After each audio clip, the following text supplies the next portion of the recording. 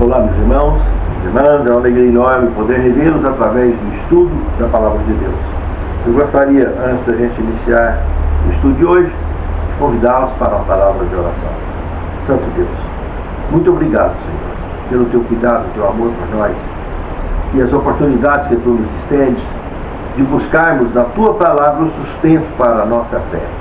Nos capacite a compreensão do tema que estudaremos hoje e nos habilite, Senhor, a que não só entendamos, mas que possamos praticar e ensinar aqueles que nos servem.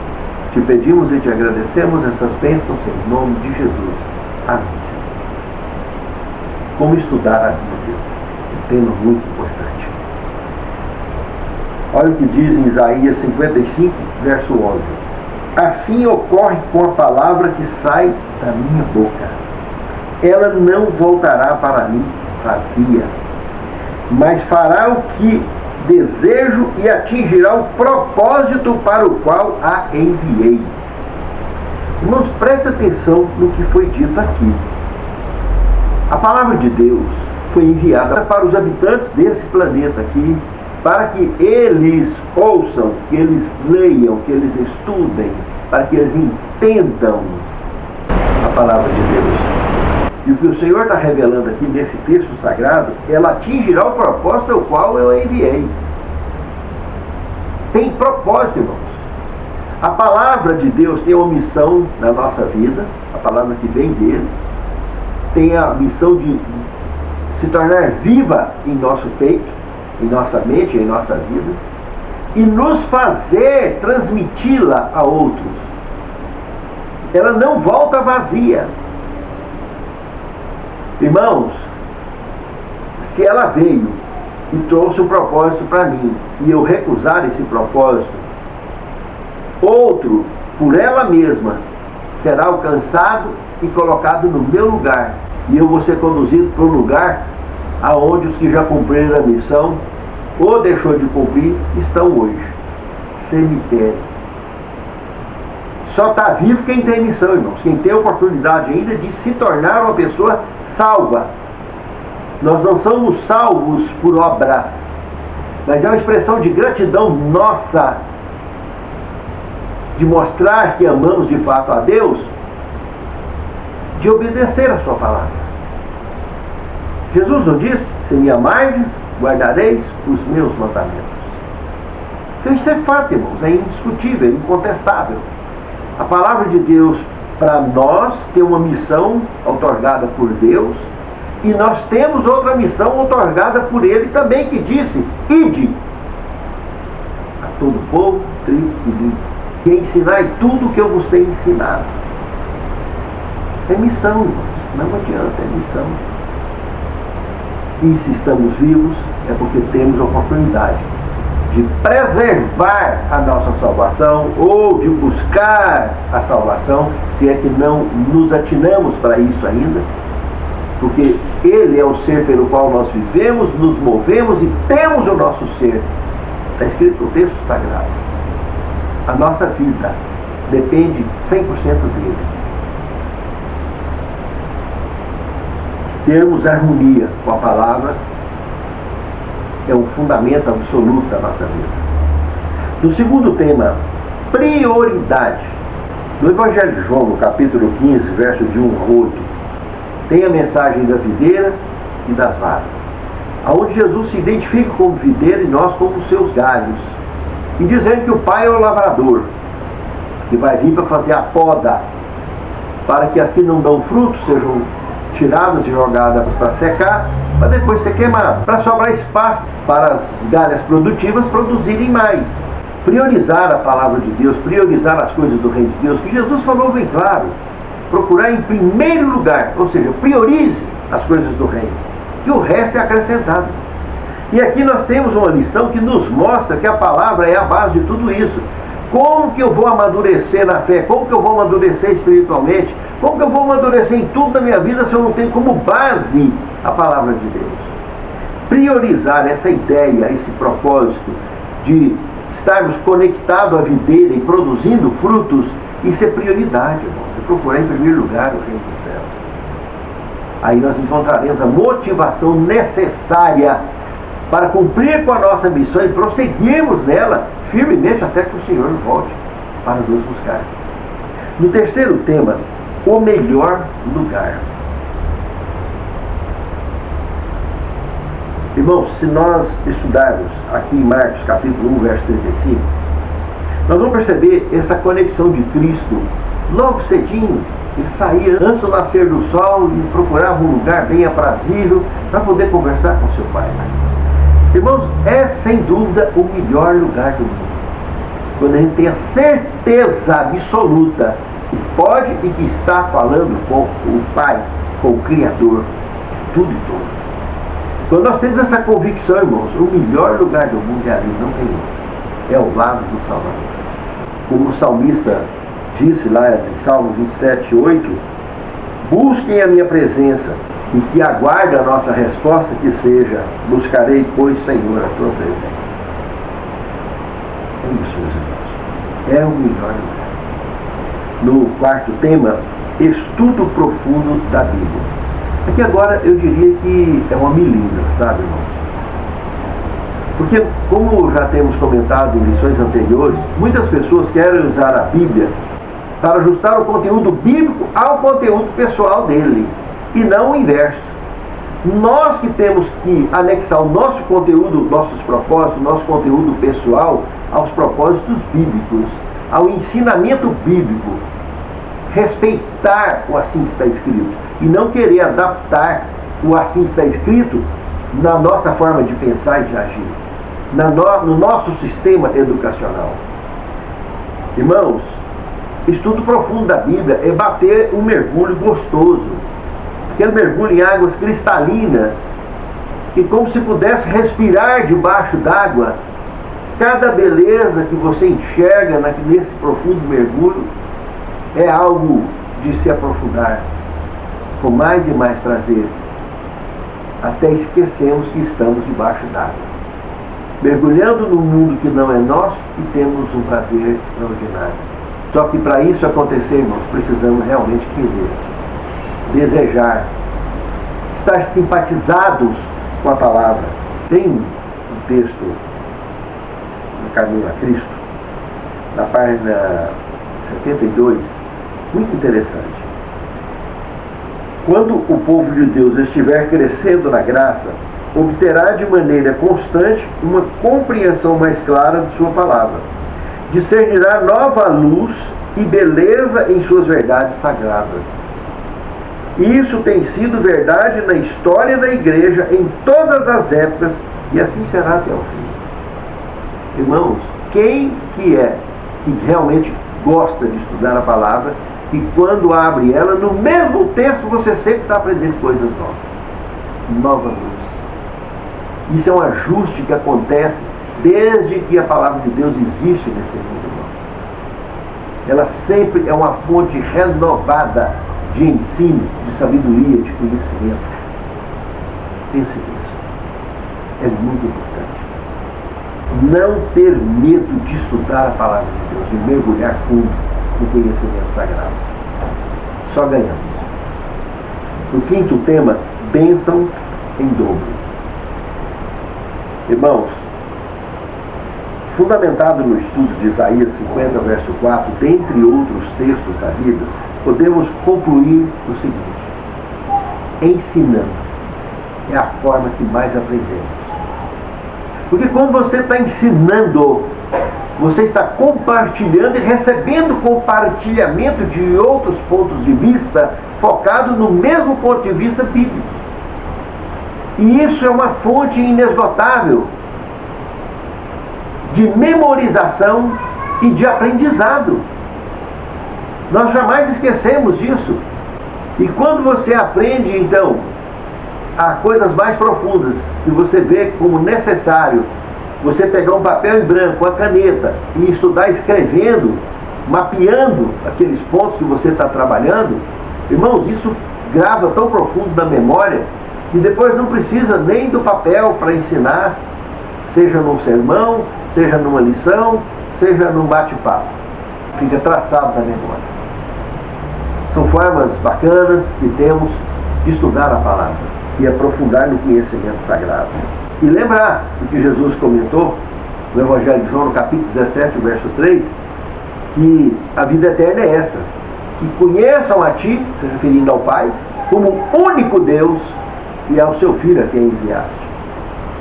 Irmãos, nós resumirmos nosso conhecimento sagrado nesse foco, irmãos, não tem quem segura. Só cresceremos no conhecimento sagrado, na sabedoria divina. E tanto aprenderemos, como exercitaremos esse conhecimento no nosso dia a dia. Pense nisso, amado. Pense nisso, amado. O sexto tema, tão doce. Realmente, irmãos, o que nós vimos aqui no Salmo 119, 103 e 104, quão doces são as tuas palavras ao meu paladar, mais que o mel à minha boca.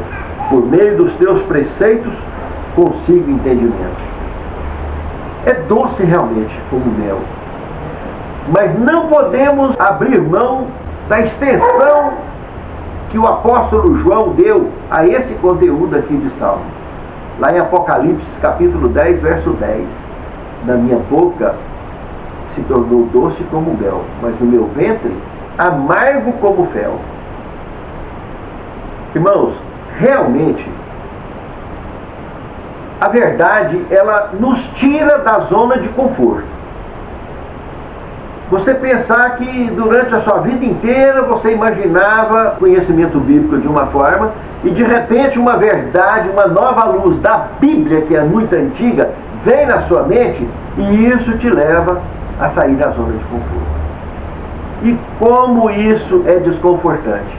Mas por outro lado, como é prazeroso quando abrimos a nossa mente e permitimos essa luz da palavra entrar e encontrar lugar no nosso sentimento, no nosso pensamento, no nosso coração e no nosso aprendizado, para que isso se fortaleça, se enraize e possamos usufruir desse conhecimento tanto para o sustento próprio como para a orientação de outros.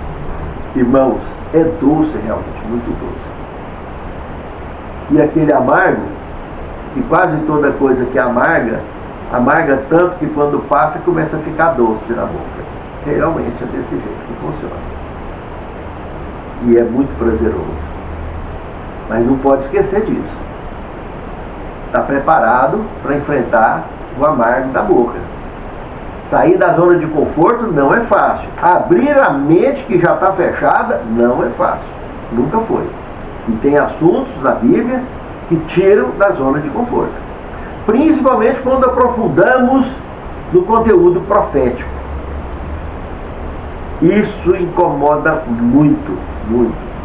Tem pessoas que não conseguem abrir a mente para isso. Tem assuntos dentro da Bíblia Sagrada, como a ufologia bíblica. Menino, tem pessoas que a hora que falam nisso vê até estrela. E quando a gente lê lá em Ezequiel, capítulo 1, capítulo 8, 9, 10, que a gente vê, o profeta Ezequiel estava lá na região do Quebar, na região de irrigação do Quebar, e ele foi pego pela trancinha, colocado dentro do querubim e levado lá para Jerusalém, 1.650 quilômetros de distância. E lá Deus mandou ele descer, mandou ele anotar tudo que ele estava vendo. Ele vê lá no altar, o povo, no altar do pátio, o povo adorando Tamuzo, Deus Sol. Depois lá para dentro ele manda remover as pedras da parede do santuário e vê o povo também com o mesmo tipo de adoração e cheio de imagens pagãs, de imagens de divindades pagãs lá dentro. Depois Deus sobe do querubim, ilumina tudo ali e mostra os carrascos vindo para receber a ordem da destruição de Jerusalém. E o mais curioso, na abertura do capítulo 8, que é o capítulo 8, 9 e 10 de Ezequiel, está falando do mesmo assunto. Na abertura do capítulo 8, a gente vê a data, o momento que estava acontecendo aquela visão. Tanto na abertura do capítulo 1, que é uma data diferente, com um período que ele teve uma visão semelhante, começa aqui do capítulo 8 também. Ele mostra ali que ele estava na região do Quebar, ali, como eu disse. A menção do ano aqui referida ao rei que estava em exercício naquela ocasião, então, ele foi no 6º ano, no 6º mês, no dia 5 do 6º mês. O 6º mês é o mês Elu, então é o mês de setembro, que equivale para nós aqui. Ou seja, isso aqui aconteceu aproximadamente no dia 5 de setembro do ano 592 a.C. 5 anos exatos antes de Jerusalém ser destruída, irmãos. Como que esse indivíduo saiu lá do Quebar e foi parar, que foi pego, conforme o verso 3 do capítulo 8 aqui fala, foi pego pela trancinha e colocado dentro do querubim e foi levado lá para Jerusalém. Então, isso chamou ufologia bíblica. São sistemas de transporte que lá em Ezequiel, se você ler o capítulo 1, você vai ver que esses querubins tinha roda, tinha sistema de propulsão, tudo. Tinha uma nave mãe que trouxe eles dentro, era 4 que estava dentro. A nave mãe ficou parada no mar de vidro. Se você pegar esse mar de vidro e comparar esse cenário, essa visão, e transferir lá para o Apocalipse capítulo 4, você vai ver que o João teve uma visão idêntica a essa de Ezequiel em épocas diferentes, com os mesmos querubins. Coisa incrível, irmão. Então, esse assunto incomoda, perturba a pessoa que não tem a mente aberta. É um desconforto total. Por quê? Porque o sistema mundial, tanto governos, religiões, etc., todos, de alguma maneira, procuram manipular a mente das ovelhas. Para que as ovelhas não tenham mente aberta, não ampliem conhecimento. Né? Se for apenas inspirado lá no grande conflito, o carro de rodas vivas, que vai nos levando em direção ao céu, o que é aquilo? Então não tem para onde escapar, vai para o Espírito de Profecia, vai para a Bíblia, tudo, está cheio desse assunto. Se você for lá para o Evangelho de Lucas, no capítulo 9, e os outros evangelhos também que falam da transfiguração de Jesus, você vai ver que estava Elias, Moisés e tinha o Pai dentro dessa nuvem. Elias e Moisés desce, está ali conversando com Jesus, e os discípulos, logo que acordou, percebeu. Não queria saber quem que era Moisés, quem que era Elias, se não escutasse Jesus chamando pelos nomes. Escutou.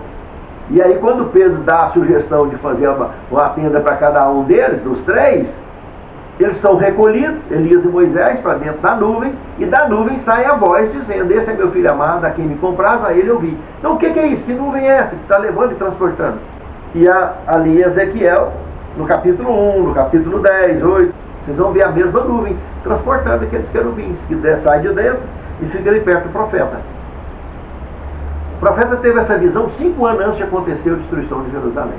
E está ali revelado. Deus mandando assinalar, os assinalados que tinha como recuperar, esses iam para Jerusalém. Esses iam para Babilônia, para tentar recuperar. Mas ali seriam deportados para lá. Mas os demais, era para cair tudo no fio da espada, de mamando a caducando. Não era para escapar ninguém, era para matar tudo. E tinha um deles que estava só, era o escrivão, estava filmando tudo ali, registrando tudo. Para um dia eu e você poder conhecer de perto isso. Irmãos, esses assuntos, eu estou citando um único exemplo, tem muitos outros assuntos, além da ufologia bíblica, que causam desconforto no coração humano, no coração religioso. Porque todo sistema que busca travar a mente das pessoas, isso vai contra o livre-arbítrio. E a Bíblia, ela nos ensina o livre-arbítrio. E desde quando temos livre-arbítrio, não podemos ter medo da Bíblia. Temos que ter o coração aberto, a mente aberta para entender o conhecimento sagrado e aprofundar nele, mergulhar nele. E isso nos solidifica na nossa fé e nos capacita ao cumprimento da missão. Pense nisso, amado. Pense nisso, amado. Aprender e ensinar é bênção em dobro. E aceitar a palavra de Deus e estar disposto a mergulhar profundo nela é fazê-la ficar bem doce na nossa boca. E esse amargo do véu vira doçura depois também.